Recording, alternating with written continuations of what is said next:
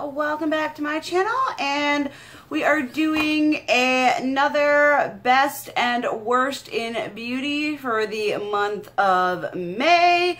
We had some good things, some really bad things, some things I reviewed, some things I didn't talk about. We got just a nice old hodgepodge of everything, and I like these videos with the things that I like as well as the things that I don't like, because it kind of gives me a chance to tell you guys about the product if it's newer in my collection, because I haven't been very good on my haul follow-up, so let's just get into it. Now, something that I'm pretty sure was in my last monthly favorites is the Lime Crime Venus Extra Large palette. You guys know I love me a good red, orange, pink based palette, and this palette really does hit the mark and is honestly basically the reason why I'm not getting the Lime Crime Venus 3, because this already has like the really pretty purpley shades that that palette offers, and yet it has more. It's not 8 shades.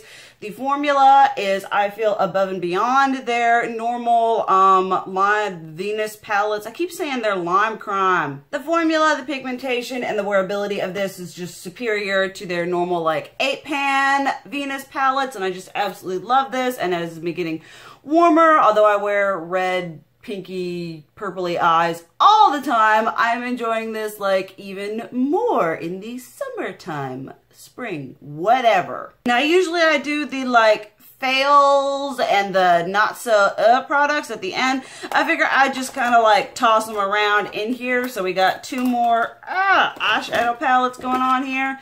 These are the new reformulated Wet n Wild palettes. I got mine in Not a Basic Peach and Rosé in the Air. I did use these in like a trying all new drugstore products. I will leave that link down below and any reviews I have. And these just, like, I'd never tried a lot of Wet n Wild shadows, so I can't speak for the previous formula, but these were just not very pigmented. I found that when you blended them, like if you would layer like, you know, let's say this like color right here with this color right here, it would just kind of and blend in together and muddy, and just, I was not impressed with the quality of these. They were only like $5, so it's not too disappointing, but it is disappointing because I had heard really good things about them and they just didn't work for me. Some stuff that did work for me, you guys would have seen me haul these. I haven't had these for very long, but I already am 100% obsessed. These are the Laura Geller Baked Blush and Brighten blushes, and you guys know I love me a luminous blush. I got 4 of them. I love all 4, but I specifically wanted to talk about the Peach Delight one right here. I mean, just like,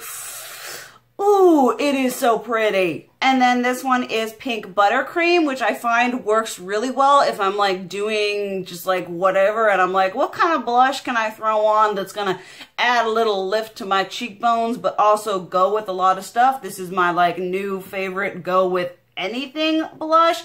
They're just so pretty. The one thing I will have to say about these, which is probably why I will never run out of a blush ever, these are super pigmented and you literally just need like a little tap, tap, tap, and I go pretty heavy-handed with the blush, and on these you just need the teensy tiniest little bit to get that beautiful color, sun-kissed gloriousness upon your cheeks. I absolutely love these and highly recommend them. A palette y'all would have seen me review up on this channel. We got the Jeffree Star Blood Sugar palette going on here. I did give it a very good review. We'll leave that down below.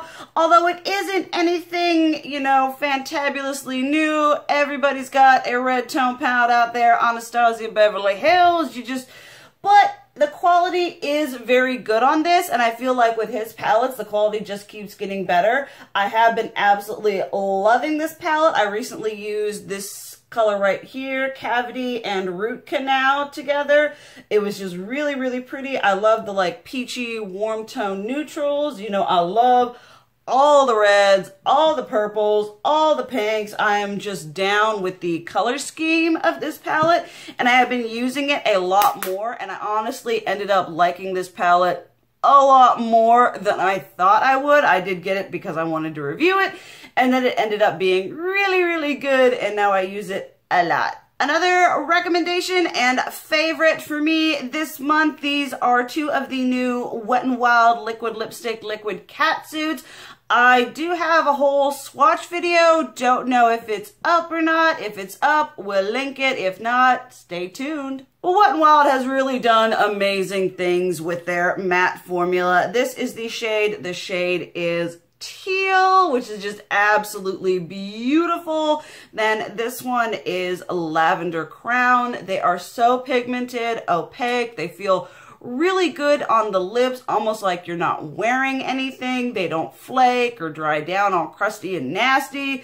They just wear really, really beautifully. And I highly recommend, like, all the shades from the matte ones that I've tried. I don't think I've had a dud, but from the new ones, I do recommend. They have another gray and then they have a black, and those ones are like really good if you are looking for like a crazy color. And I've just been loving these so much because they just feel so weightless, and yet they're crazy colors that are affordable, and the formula is amazing. Now let's talk about a crappy formula. From the exact same launch, these are the Wet n Wild Liquid Catsuits Metallic Liquid Lipsticks. These are horrible. The colors look really pretty. This one is Honey Glaze, and this one is Acai So Serious.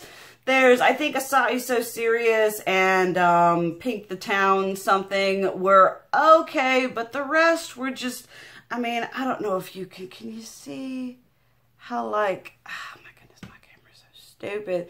It's like all broken up and nasty in the bottle, and it's just, oh, it's horrible. It looks like this nasty, chunky, congealed mass. They don't perform well on the lips. They get just chunky, and you're like, okay, let's do another coat, and that just moves around what's already there on the lips, and just, these are not fun at all. I had really high hopes for these because I've tried other metallic liquid. Oh my goodness, this one's doing it too. It's getting all chunky. Oh my, I haven't had these for more than like 2 months, and they're getting all nasty and chunky. And I have metallic liquid lipsticks from limited edition collections from Wet n Wild that I've had for like years, and they're not breaking down like this at all. So these were just a no. The whole, all 6 of them were just, it just kept getting worse and worse and worse, and I just, total fail. Now let's talk about some highlighter that worked very well for me this month. This Model's Own Sculpting Glow Highlighter Powder in Golden Sand. I got these on a whim. Y'all would have seen that haul. There was a lot of bullet biting. Oh, I guess I'll just try it because I want to try it, and I have no self-control. And this was one of the ones I picked up, obviously.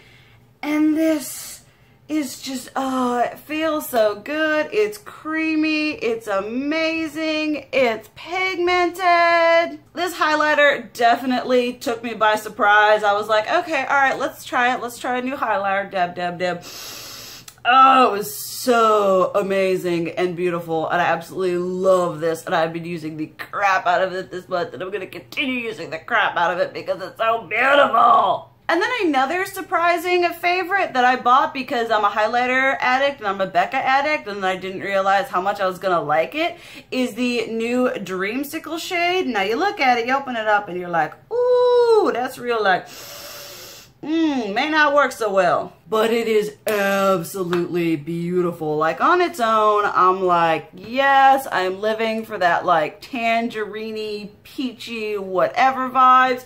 My favorite thing to do with this is to take it, and I'll, like, start with it, and then I'll layer Moonstone over top of it, so I just have that, like, little bit of oranginess just peeking through to add some warmth and depth to my face, and I absolutely love it. Oh my goodness. I can make it work on its own with just like a light hand, but I love layering it, and it's just so beautiful, and it gives me that like dimension and glow and just, If you are fair-skinned, do not be afraid of this highlighter. Just tap a little lighter something over top of it, or start with a lighter highlighter and then do with this one, and it just, oh, it looks so beautiful, healthy, and sun-kissed without being bronzy, which I don't do, so it's like a nice little medium. Then a highlighter that I was not horrendously impressed with this month. This is the Pacifica Ice Baby Highlighter. Smells great.